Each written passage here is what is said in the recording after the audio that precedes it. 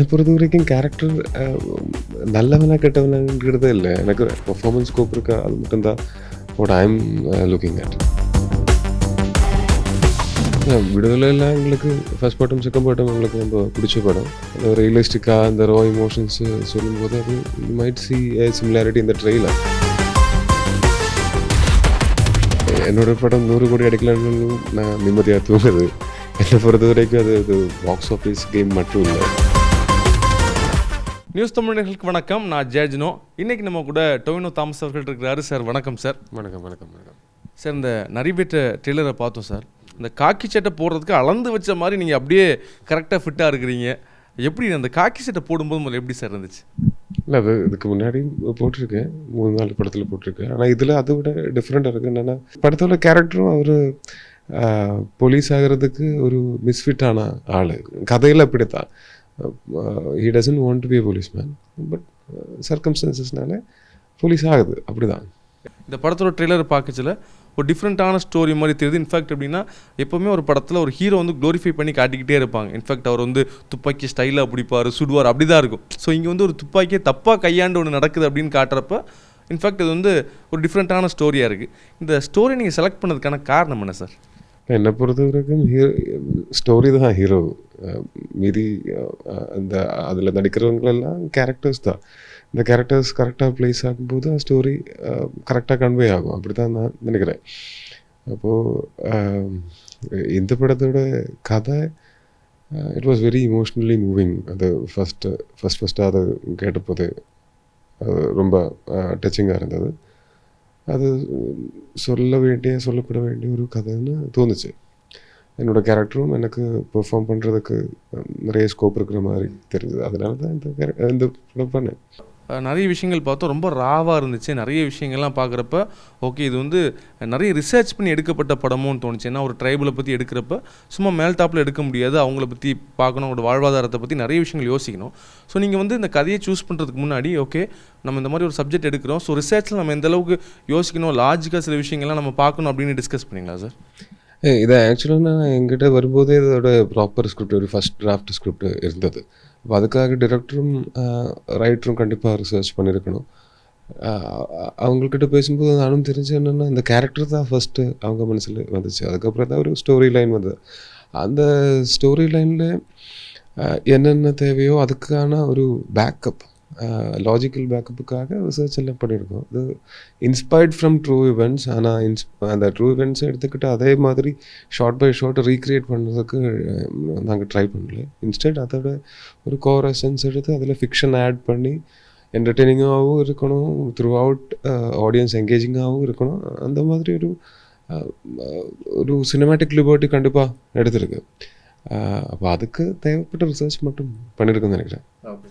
இங்கே நிறைய படங்கள் உண்மையான கதை எடுத்தால் கூட அதை உண்மையான கதை அப்படின்னு போர்ட்ரே பண்ண மாட்டாங்க, ட்ரூ ஈவெண்ட்ஸ்னு சொல்ல மாட்டாங்க. ஏன்னா ஒருவேளை மேபி சென்சாரில் பிரச்சனை வரலாம், இல்லாட்டி நிறைய பிரச்சனை வரலாம் அப்படின்னு அதை அப்படி பூசி மழுக்கிட்டு போயிடுவாங்க. பட் இதை வந்து ரொம்ப ஓப்பனாகவே இன்ஸ்பயர்ட் பை ட்ரூ ஈவெண்ட்ஸ் அப்படின்னு ட்ரெய்லர்லேயே போட்டிருக்கீங்க இல்லையா? ஸோ அது சம்மந்தமான ஏதாவது அழுத்தங்களோ இல்லாட்டி பிரச்சனையோ வரும் அப்படின்னு நீங்கள் யோசிக்கவே இல்லையா? இல்லை, நம்ம பார்க்குற எல்லா படமும் ட்ரூ ஈவெண்ட்ஸ்லேருந்து இன்ஸ்பயர் பண்ணி தானே எடுத்திருக்கோம். அப்போ எல்லா படத்துக்கும் இன்ஸ்பிரேஷன் ரியல் லைஃப்பில் எங்கேயாச்சும் நடந்திருக்கும்.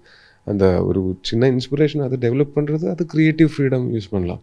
இப்போது ஒரு ஷார்ட் பை ஷார்ட் ரீக்ரியேஷன்னா அதோட ரெஸ்பான்சிபிலிட்டி கூட நாம் ஏற்றுக்கணும். ஆனால் இது ஃபிக்ஷனல் ஒரு மூவிக்கு அந்த ரெஸ்பான்சிபிலிட்டி இருக்குன்னு நான் ஐ டோன்ட் திங்க் ஸோ. இப்போ நீங்கள் வந்து இப்போ தொடர்ச்சியாக ஹீரோவாக நிறைய படங்கள் பண்ணிக்கிட்டே இருக்கிறீங்க. நாங்கள் கடைசியாக உங்களை மாறியில் தான் இங்கே தமிழில் ஒரு வில்லனாக பார்த்தோம். ஸோ கிட்டத்தட்ட ஒரு ஹீரோவாகவே ட்ராவல் ஆகிட்டு இருக்கிறீங்க. படத்தில் பார்த்தீங்கன்னா டைலாக் வந்து நீங்கள் வந்து சில நெகட்டிவ் டைலாக்ஸ்லாம் பேசுகிற மாதிரி இருக்குது. இன்ஃபேக்ட் பீப்புளை பார்த்து நம்ம வந்து அவங்களுக்குலாம் கார்டியன்ஸ் அப்படின்னு கேட்குற மாதிரி சில டைலாக்ஸ்லாம் இருக்குது. ஸோ உங்களுக்கு அது தோணுச்சா, ஓகே நம்ம பேசுகிற இந்த டைலாக் நெகட்டிவாக இருக்கே, நமக்கு மறுபடியும் ஒரு நெகட்டிவ் இமேஜ் வந்துடாதா அப்படின்னு யோசிச்சிங்களா? இல்லை, நான் இப்போ ஒரு 1.5 months முன்னாடி ரிலீஸ் ஆனால் எம்புரானில் நெகட்டிவ் கேரக்டர் தான் பண்ணேன். அது என்னை பொறுத்த வரைக்கும் கேரக்டர் நல்லவனா கெட்டவனாங்கிறதே இல்லை. எனக்கு பெர்ஃபார்மன்ஸ் ஸ்கோப் இருக்கா, அது மட்டும்தான் what I am looking at. Super. So இந்த படத்தை பொறுத்த வரைக்கும் ஒரு விஷயந்தான், நாங்கள் ட்ரெய்லர்லாம் பார்க்குறப்ப ரொம்ப ராவாக இருந்துச்சு, ரியலிஸ்டிக்காக இருந்துச்சு. கிட்டத்தட்ட எங்களுக்கு வந்து ஒரு விடுதலை படத்தை பார்த்த ஃப்ளேவர் எங்களுக்கு கிடச்சிச்சு. ஸோ உங்களுக்கு அந்த மாதிரி ஏதாவது இது படத்துடைய தழுவலோ இல்லாட்டி இந்த படம் சார்ந்து இருக்குதோ அப்படின்னு நீங்கள் ஏதாவது நினச்சிங்களா? இல்லை, விடுதலையில் எங்களுக்கு ஃபர்ஸ்ட் படம் செகண்ட் படம் எங்களுக்கு ரொம்ப பிடிச்ச படம். அது அந்த போலீஸ் ஸ்டோரி அதோட இப்போ ட்ரெய்லரில் பார்க்கும்போதும் அது ரியலிஸ்டிக்காக அந்த ரா இமோஷன்ஸு சொல்லும்போது அது you might C A similarity இந்த ட்ரெயிலர். ஆனால் படம் வரும்போது அது I think it's very different. அது டிஃப்ரெண்ட்டான கதை தான் சொல்லியிருக்கு. அதில் ஐடியாலஜிஸ் கூட சிமிலராக இருக்கலாம், ஆனால் கதை டிஃப்ரெண்ட்டாக தான் இருக்குது கண்டிப்பாக. ஸோ இப்போ ரீசெண்டாகவே எல்லாமே ஒரு பாக்ஸ் ஆஃபீஸ் கேமாக மாறி போச்சு. எல்லா படத்துக்குமே ஒரு பெரிய கலெக்ஷன் வேணும்னு எதிர்பார்க்குறாங்க இன்ஃபேக்ட் மக்கள். ஓகே, ஸோ எல்லாருக்குமே இப்போது ஒரு பெரிய ஹீரோவை தாண்டி அந்த ஹீரோட ஃபேன்ஸுக்கெல்லாம் அந்த படம் 100 கோடி 200 கோடி அடிக்கலைன்னா தூக்கம் வர மாட்டேங்குது, அவ்வளோக்குள்ளே அதை வந்து ஃபாலோ பண்ணுறாங்க. ஸோ இன்ஃபேக்ட் இந்த படத்தோட எல்லா விஷயங்களும் பார்க்குறப்ப டிஃப்ரெண்ட்டாக ஒரு பெரிய கலெக்ஷனுக்கு ஏற்ற மாதிரி ஒரு படமாக தெரியுது. நீங்கள் எப்போவுமே பாக்ஸ் ஆஃபீஸ் கலெக்ஷனை மைண்டில் வச்சுருக்கிறீங்களா சார்? என்னோட படம் 100 கோடி அடிக்கலான்னாலும் நான் நிம்மதியாக தூங்குது. என்னை பொறுத்த வரைக்கும் அது பாக்ஸ் ஆஃபீஸ் கேம் மட்டும் இல்லை, அதுக்கு மேலே இந்த வெரி இன்ஃப்ளூயன்ஷியல் மீடியம் அதில் பண்ணும்போது we have to be responsible. அது என்ன ஐடியா கன்வே பண்ணுறாங்க, தட் இஸ் ஒன் திங். அப்புறம் this is an art form, அப்போது அது ஆர்டிஸ்டிக்காக தான் இருக்கணும். அது as an artist I should give more weight to the artistic side of it. அது ஆஸ் த ப்ரொடியூசர்ஸ் டெஃபினெட்லி அவரோட பிஸ்னஸ் சைட் பார்க்கணும். அவங்களுக்கு லாஸ் வரக்கூடாது. கண்டிப்பாக ஒரு 1 சிங்கிள் ருப்பியாச்சு ப்ராஃபிட் வந்தால் அப்போ தான் எனக்கும் சந்தோஷம். ப்ரொடியூசருக்கு லாஸ் வந்தால் எனக்கு நிம்மதியாக தூங்க முடியாது. அது கண்டிப்பாக அது அப்படி தான். ஆனால் ப்ரொடியூசருக்கு 1000 கோடி கிடைக்கலனாலும் எனக்கு நிம்மதியாக தூங்கலாம். ஸோ இந்த படத்தில் தமிழ் ஆடியன்ஸ் எதை கனெக்ட் பண்ணிக்குவாங்க, இன்னொன்று இந்த படம் நிச்சயமாக மக்கள்கிட்ட போய் சேரும், கண்டிப்பாக அவங்க கொண்டாடுவாங்க அப்படிங்கிற காரணமாக நீங்கள் நினைக்கிற விஷயம் என்ன சார்? ஐ திங்க் இந்த படம் ஒரு யூனிவர்சலி யாருக்கு வேணாலும் ரிலேட் பண்ணுற மாதிரி அந்த மாதிரி ஒரு விஷயம். இந்த இப்போ கதை எங்கே நடந்தாலும் அதோட இமோஷன் நமக்கு எல்லாருக்கும் ரிலேட் பண்ணுற மாதிரி இருக்கும். அது எந்த ஊராக இருந்தாலும் எந்த மொழியாக இருந்தாலும் அது இட் டசன்ட் மேட்டர். அது அந்த இமோஷன் தான். இந்த படம் ஒரு இமோஷனல் ட்ராமா.